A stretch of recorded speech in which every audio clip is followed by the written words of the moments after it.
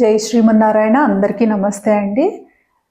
ఈ వీడియోలో పంచపాత్రల గురించి చెప్తాను. ఇంతకు ముందు కూడా చెప్పున్నాను కానీ మళ్ళీ అడుగుతున్నారండి. మామూలుగా అంటే కొత్తగా చూసేవాళ్ళు అయి ఉండొచ్చు.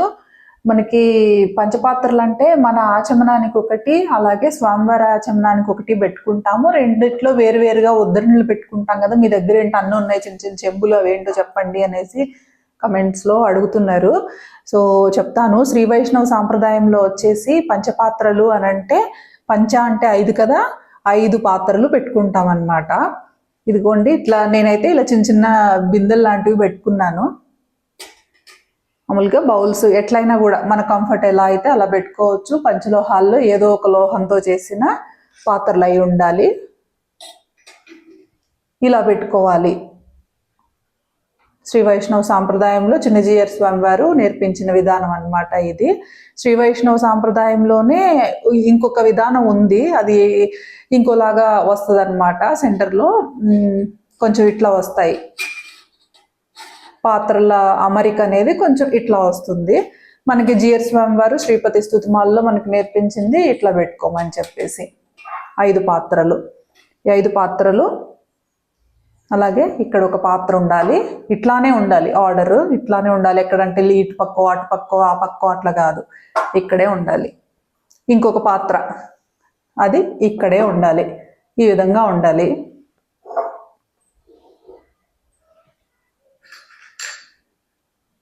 ఉద్దరిని ఈ విధంగా అమర్చుకొని మనము స్వామివారికి ఉపచారాలు మొదలు పెట్టుకుంటాము. ఇదేంటంటే పూర్ణ కుంభ పాత్ర, కావేరీ తీర్థ పాత్ర అని కూడా అంటారు. ఇందులో నిండుగా జలం పోసుకొని తులసి పత్రం కానీ తులసి దళం వేసుకొని ఇక్కడ పెట్టుకుంటాము. ఇక్కడే ఉండాలి, ఇది ఈ దిక్కునే ఉండాలి, అదే నియమము. స్వామి ఇక్కడ ఉన్నారనుకోండి, స్వామివారి ఎదురుగా ఉండే పాత్ర ఉంటుంది కదా, ఇది స్వామికి ఎదురుగుండా ఉండే పాత్ర, ఇది స్నాన పాత్ర, స్వామివారికి స్నాన పాత్ర అన్నమాట. ఇది ఈ పాత్ర వచ్చేసి అర్ఘ్య పాత్ర. మనము శ్రీ వైష్ణవ సాంప్రదాయంలో అర్ఘ్యం ముందుగా ఇస్తాము, పాద్యం కాకుండా ముందుగా అర్ఘ్యం ఇస్తాము. అర్ఘ్య పాత్రలో నుంచి జలాన్ని తీసుకొని ఒకసారి ఇచ్చుకుంటాము. అలాగే సరే కౌంట్ మళ్ళీ చెప్తాను. ఇది అర్ఘ్య పాత్ర, ఇది పాద్య పాత్ర, కాళ్ళు గడగడానికి. అర్ఘ్య పాత్ర చేతులు కడుక్కోవడానికి, పాద్య పాత్ర కాళ్ళు కడుక్కోవడానికి. ఇది ఆచమన పాత్ర, నీళ్లు పుచ్చుకోవడానికి, తాగడానికి నీళ్ళు అన్నమాట, ఆచమనానికి. ఇది చెప్పాను కదా, స్వామికి ఎదురుగుండా ఉండే పాత్ర అంటే గుర్తుండడం కోసం చెప్తున్నాను. ఇదేమో స్నాన పాత్ర, ఇది శుద్ధోదక జల పాత్ర, ఇదేమో పతగ్రహ పాత్ర. పతగ్రహ పాత్ర అని అంటారు. ఎట్లా అంటే మనం ఉపచారాలు చేసినప్పుడు స్వామికి అభిషేకం టైంలో అయితే స్వామి మీదే పోసేస్తాము, లేదు అభిషేకం లేదు ఇవాళ మామూలుగా ఉపచారాలు అనుకున్నప్పుడు ఇట్లా ఉద్దరణితో చూపించి ఇందులో వదులుతాం అన్నమాట. దీన్నే మనము తీర్థంగా పుచ్చుకుంటాము. అయితే ముందుగా ఈ కావేరీ తీర్థ కలశం ఉంటుంది కదా, పూర్ణ కుంభ పాత్ర అని అంటారు. దీన్ని నిండుగా జలం పెట్టుకోవాలి ఇక్కడ. ఆ తర్వాత ఈ పాత్రలన్నింటినీ కూడా ఒకవేళ ఒక్కొక్కసారి ఏం చేస్తారు అని అంటే, ఇందులోనే మనము జలంలోనే తీర్థం పొడి కలుపుకొని అన్ని పాత్రల్లోనూ నింపుకుంటాము. అలా కాదు అనుకున్నా కూడా ఇది సపరేట్గా అట్లా పెట్టుకొని వీటన్నిటిలో కూడా జలం నింపుకున్న తర్వాత కొద్ది కొద్దిగా తీర్థం పొడి వేసుకోవచ్చు. ఈ రెండిట్లో ఏ విధంగా అయినా ఫాలో అవ్వచ్చు. అయితే స్వామికి ఉపచారాలు చేసేటప్పుడు ముందుగా అసలు అనుష్ఠానం పూర్తయిపోయిన తర్వాత ఇది ఉంది కదా, ఈ పాత్ర ఏంటిది చెప్పాను కదండి, ఏంటంటే శుద్ధోదక జల పాత్ర. శుద్ధోదక జలం అనేది ఇందులో ఉంటుంది. అయితే ఉద్ధరణితో జలాన్ని తిప్పుతూ 7 సార్లు అష్టాక్షరి చెప్పాలి. ఇది కేవలం సమాశ్రేణులకు మాత్రమే చెప్తున్నారండి. సమాశ్రేణం కాని వాళ్ళు మనకి అష్టాక్షరి మహామంత్రాన్ని పఠించారు కదా, సో సమాశ్రేణులు భాగవతులు చేసుకోవడం కోసం చెప్తున్నాను. సమాశ్రేణులు కాని వాళ్ళు కూడా తిరువారాధన చేసుకోవచ్చా ఈ విధంగా అంటే చేసుకోవచ్చు. అష్టాక్షరి కాకుండా మామూలుగా నారాయణ నారాయణ అనుకుంటూను, లేదంటే అచ్యుత అనంత గోవింద అనుకుంటూను, గోవింద గోవింద గోవింద అని 7 సార్లు అనుకుంటూ ఈ జలాన్ని అభిమంత్రించుకోవచ్చు. అయితే మనము భాగవతులైతే సమాశ్రేణులైతే 7 సార్లుగా అష్టాక్షరి మహామంత్రాన్ని జపిస్తాము. జపించిన తర్వాత ఇందులో ఉన్న జలాన్ని మిగిలిన 4 పాత్రల్లో అలాగే పూర్ణకుంభ పాత్రలో కూడా వేసుకుంటాము. ఆ తర్వాత పూజా ద్రవ్యాల మీద, స్వామి మీద, మన మీద, అలాగే పూజా స్థలం మీద కూడా ప్రోక్షించుకుంటాము ఇందులో నుండే. ఇదేంటిది? శుద్ధోదక జలపాత్ర. శుద్ధోదక జలం ఉండే పాత్ర శుద్ధోదక జలపాత్ర. ఇందులో నుండి ప్రోక్షించుకుంటాము.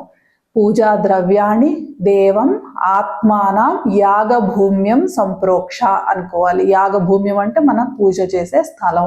ఆ ప్లేస్ కూడా మనము ఈ శుద్ధోదక జలపాత్రలో ఉన్న జలంతో ప్రోక్షించుకుంటాము. మనం తులసి దళంతో అయినా ప్రోక్షించుకోవచ్చు, ఉద్ధరిణి కంఫర్ట్ అంటే ఉద్ధరిణితో అయినా కూడా ప్రోక్షించుకోవచ్చు. ఇక స్వామివారికి ధ్యానము, ఆవాహనం, స్వాగతము, సత్కారాలు అన్నీ అవుతాయి కదా. రత్నసింహాసనం అయిన తర్వాత అర్ఘ్యపాద్యాలు ఇచ్చుకుంటాము. ఈ ఉద్ధరిణి ఈ శుద్ధోదక జలపాత్రలో ఉంటుంది. అయితే ఇప్పుడు మనం అర్ఘ్యం సమర్పించుకోవాలి. ఇప్పుడు మన వైష్ణవ సాంప్రదాయంలో ముందు పాద్యం ఇవ్వము, ముందు అర్ఘ్యం ఇచ్చుకుంటాం కదా. ఈ శుద్ధోదక జలపాత్రలో నుంచి ఉద్ధరిణిని తీసి ఈ అర్ఘ్యపాత్రలో నుంచి జలాన్ని తీసుకొని సమస్త పరివారాయ సర్వదివ్య మంగళ విగ్రహాయ శ్రీమతే నారాయణాయ నమః అర్ఘ్యం సమర్పయామి అని స్వామికి చూపించుకుని ఇందులో వదిలేస్తాం. ఒక్కసారి అర్ఘ్యం, ఒక్కసారి మొదటి ఉపచారం కదా, ఒక్కసారి అట్లా గుర్తుపెట్టుకోవచ్చు. తర్వాత ఈ శుద్ధోదక జలం ఉన్న పాత్రలో ఉద్ధరిణిని ముంచాలి. అంటే శుద్ధి అయిందనమాట. అర్ఘ్య పాత్రలో పెట్టిన అర్ఘ్యం ఇచ్చాం కదా, అర్ఘ్య పాత్రలోంచి జలం తీసుకుని స్వామికి అర్ఘ్యం ఇచ్చాం కదా, దాంతోనే మళ్ళీ పాద్యం ఇవ్వము. శుద్ధోదక జల పాత్రలో శుద్ధి చేసుకున్నాము. ఇప్పుడు ఆ పాద్యం మళ్ళీ సేమ్. సమస్త పరివారాయ సర్వదివ్య మంగళ విగ్రహాయ శ్రీమతే నారాయణాయ నమః పాద్యం సమర్పయామి. పాద్యం 2 సార్లు ఇచ్చుకుంటాము. రెండో ఉపచారం అంటే ఈ మనం పంచపాత్రలో నుంచి ఇచ్చే ఉపచారాల్లో ఇది మొదటిది, ఒకసారి అర్ఘ్యము. ఇది రెండోది, 2 సార్లు పాద్యము. 2 సార్లు చూపించుకొని వదులుకుంటాం. మళ్ళీ శుద్ధోదక జలపాత్రలో ఉద్ధరిణి ముంచి లేపాలి. ఆ తర్వాత ఆచమనీయం, 3వ పాత్ర కదా ఇది, 3 సార్లు ఇచ్చుకోవాలి. ఆచమనీయం సమర్పయామి అని చెప్పి మళ్ళీ ఆ మూలమంత్రం కామన్ అనమాట. సమస్త పరివారాయ సర్వదివ్య మంగళ విగ్రహాయ శ్రీమతే నారాయణాయ నమః ఆచమనీయం సమర్పయామి. మళ్ళీ ఇలానే ఈ శుద్ధోదక జలపాత్రలో విడవాలి.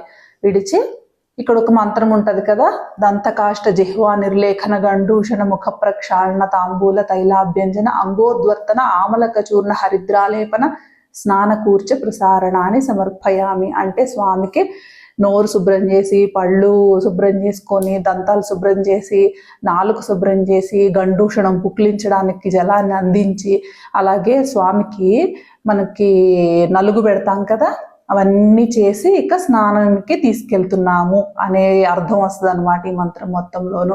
అవన్నీ మనం నిత్యం చేయకపోయినా కూడా చేస్తున్నట్టుగా భావించి ఆ మంత్రాన్ని చెప్పుకొని, ఇదిగోండి శుద్ధోదక జలపాత్రలో ఉన్న ఉద్ధరిని తీసుకొని మళ్ళీ అర్ఘ్యం ఇవ్వాలి. అంటే ఇన్ని చేశాం కదా, స్వామికి నలుగంతా పెట్టాం కదా, అలసిపోయి ఉంటారు కదా, అందుకని మళ్ళీ అర్ఘ్యము, పాద్యము, ఆచమనీయము,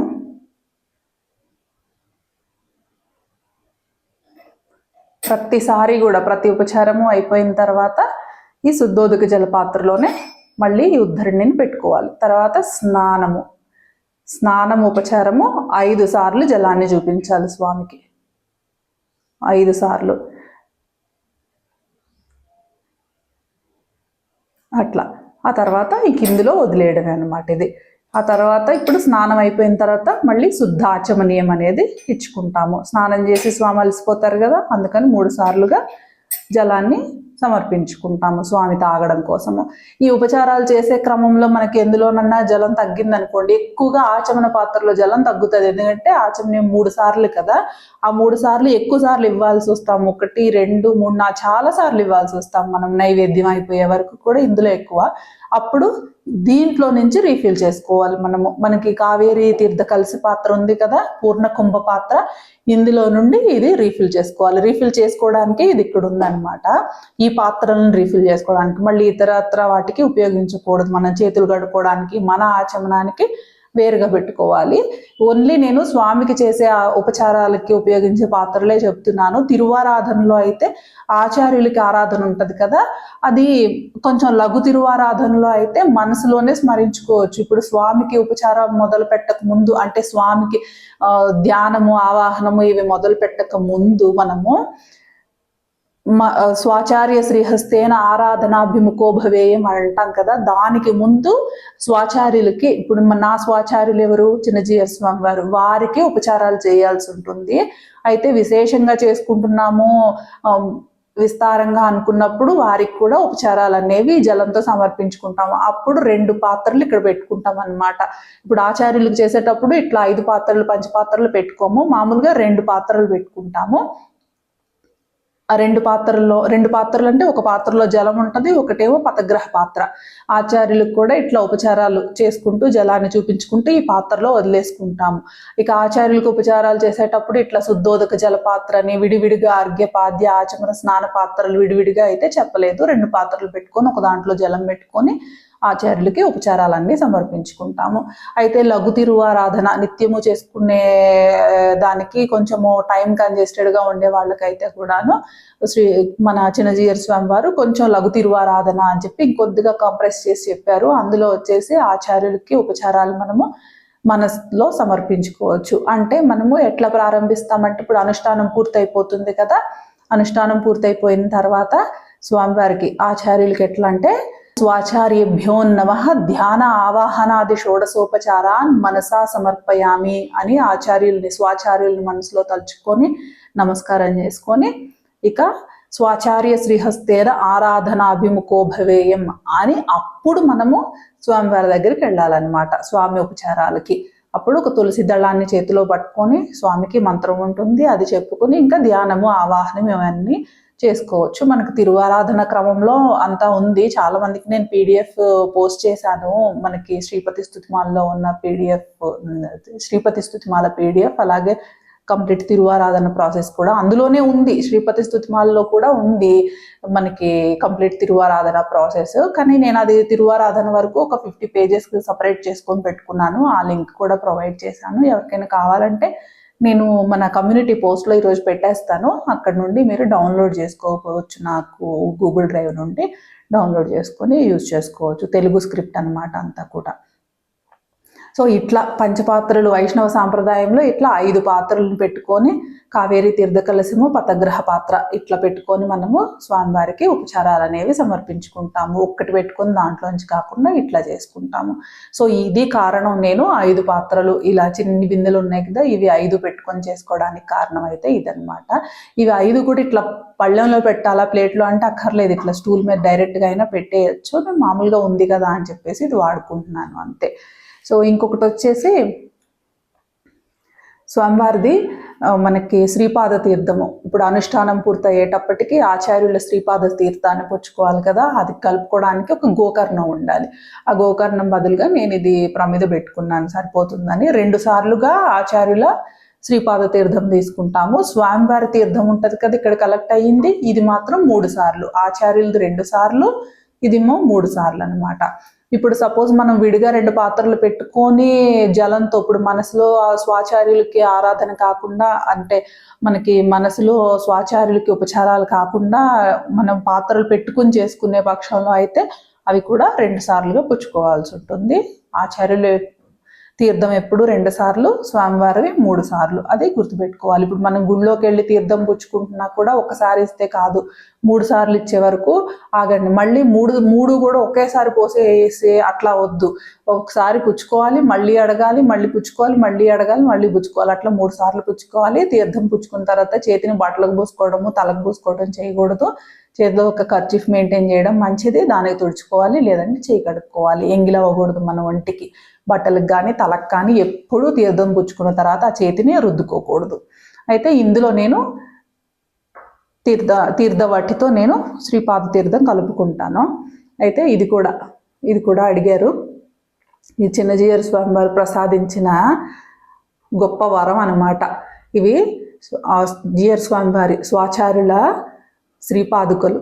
ఇవి మనము అనుష్ఠానం చేసేటప్పుడు జీయర్ స్వామి వారి తనియన్లు వస్తాయి కదా, అక్కడి నుండి వచ్చేసి మనము గురు పరంపరాది, దాంతో పాటుగా అష్టాక్షరి, ద్వయమంత్రము, చర్మ శ్లోకాలు ఉంటాయి కదా, అవి చదువుకునేటప్పుడు ఇది తల మీద ఉండాలి.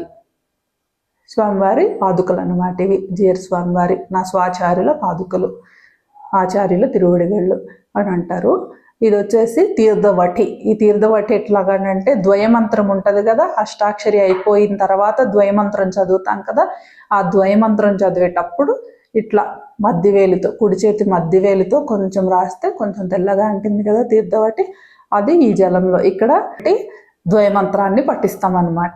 ఆ తర్వాత ఇక మనము చర్మ శ్లోకం అయిపోయిన తర్వాత 2 సార్లుగా ఈ జలాన్ని పుచ్చుకొని మనము నమస్కారం చేసుకుని అప్పుడు ఈ తీర్థవటి ఆచార్యుల పాదుకలు ఇవి కూడా ఇంకా తల మీద నుంచి తీసి నమస్కరించుకున్న తర్వాత అప్పుడు మనము స్వామివారి శ్రీమన్నారాయణుని ఉపచారాలకు మనము వెళ్తాము.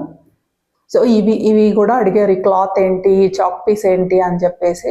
ఇది తీర్థవటి, ఇది వచ్చేసి ఆచార్యుల తిరువడిగళ్ళు. సమాశ్రయణం టైంలో ఇస్తారనమాట మనకి. ఎవరు సమాశ్రయణం చేస్తే వారి పాదుకలు ఇవి. రోజు నమస్కరించుకోవాలి, తల మీద పెట్టుకొని మనము అష్టాక్షరి, ద్వయమంత్రము, చర్మ శ్లోకాలని పఠించుకుంటాము. ఇదంతా కూడా చాలా ఒక పెద్ద వరంలాగా అనిపిస్తుంది అండి. ఇదేదో చిన్న విషయం కాదు అసలు. సమాశ్రయణం జరిగి, పంచ సంస్కారాలు జరిగి మనము ఆచార్యులను ఆరాధించుకొని, అనుష్ఠానం చేసుకొని మనము స్వామివారికి తిరువారాధన చేసుకుంటున్నాము అనేది ఏదో చిన్న విషయం కాదు అసలు. మనం అనుకుంటే అయ్యేది కాదు, ఇంకొకరు అనుకుంటే అయ్యేది కాదు, ఎవరన్నా ఆపుదామన్నా కూడా ఆగేది కూడా కాదు. ఇదంతా కూడా స్వామివారి సంకల్పం. ఆయనకి ఎవరు కావాలో వాళ్ళని పిలుచుకొని దగ్గర తీసుకుంటారు అంతే. అదంతా కూడా మన విశ్వాసము, భక్తి శ్రద్ధల మీద ఆధారపడి ఉంటుంది. అంతా స్వామి చూసుకుంటారు. ఒక్కసారి మనము స్వామివారికి శరణాగతి చేసుకున్న తర్వాత అసలు మనమే చాలా గర్వంగా ఫీల్ అవుతాము, మనమే చాలా ధైర్యంగా ఉంటాము, చాలా సంతోషంగా ఉంటాము. ఎప్పుడెప్పుడు ఎక్కువ టైం ఇంకా స్వామిని తలుచుకుంటూ ఉండడమే ఉంటుంది అనమాట. ఇక అలానే మనము చేసేవి కూడా ఏమి ఉండవు. తిరువారాధన అంటే తెలుసు కదా, చాలా చక్కగా ఉంటుంది, చాలా చక్కగా ఉంటుంది. అందులో వింతలు విశేషాలు కూడా ఏముండదు, చాలా అందంగా ఉంటుంది. ఇంట్లో మనం ఒక బేబీని, ఒక బిడ్డని పెట్టుకొని దానికి ఎట్లా చేసుకుని ఎంత ముద్దుగా, ఎంత ప్రేమగా, ఎంత జాగ్రత్తగా పెంచుకుంటామో అట్లా ఉంటుంది. ఎంతసేపు స్వామికి సంబంధించిన విషయాలు చెప్పుకోవడానికి కూడా చాలా అనిపిస్తుంది, చాలా సంతోషంగా. ఇప్పుడు ఎవరైనా భాగవతులు కలిసినప్పుడు కూడా అసలు మాట్లాడుకుని ఎంతో ఎమోషనల్ అయిపోతాం అన్నమాట మాటల్లో. ఇంకా అట్లా చెప్పుకుంటూ స్వామి గురించి ఎంత చెప్పుకున్నా తరగదు ఇంకా అస్సలు. సో ఇది పంచపాత్రల గురించి అయితే చెప్పాలి అని అనుకున్నాను. చాలా మంది అడుగుతున్నారు, ఎందుకు అట్లా పెడుతున్నారు, 5 వేసి పెట్టి, నాకు అర్థం కాలేదు ఎట్లా చేస్తున్నారు అని చెప్పి. అర్ఘ్యపాత్ర, పాద్యపాత్ర, ఆచమన పాత్ర, స్నాన పాత్ర, శుద్ధోదక జల పాత్ర, కావేరీ తీర్థ కలశము, పతగ్రహ పాత్ర, తీర్థవటి కలుపుకోవడానికి గోకర్ణము. ఇదేమో ఆచార్యుల తిరువడిగళ్ళు, తీర్థవటి. ఇదండి మనకి శ్రీ వైష్ణవ సాంప్రదాయంలో ఆచార్యులు ప్రసాదించిన బహుమతులు. జీవితకాలము కూడా చక్కగా చేసుకోవడానికి కావలసిన బహుమతులు, స్వామిని దరిచేరడానికి మనకు కావలసిన బహుమతులు అనమాట. ఈ సాంప్రదాయము ఇదంతా కూడా ఒక వరప్రసాదము, స్వామివారి ఆశీర్వాదము, మన నమ్మకము, ఆచార్యుల కృప. సో ఈ వీడియో అయితే ఇంతటితో ముగిస్తున్నాను. చాలా వరకు అర్థమైంది అనే అనుకుంటున్నాను. ఏమైనా డౌట్స్ ఉంటే మట్టుకు నాకు కమెంట్స్లో తెలియజేయండి, నేను క్లియర్ చేయడానికి ట్రై చేస్తాను. ఇంకో చక్కటి వీడియోతో మళ్ళీ మాట్లాడుకుందామండి. జై శ్రీమన్నారాయణ. కృష్ణార్పణం.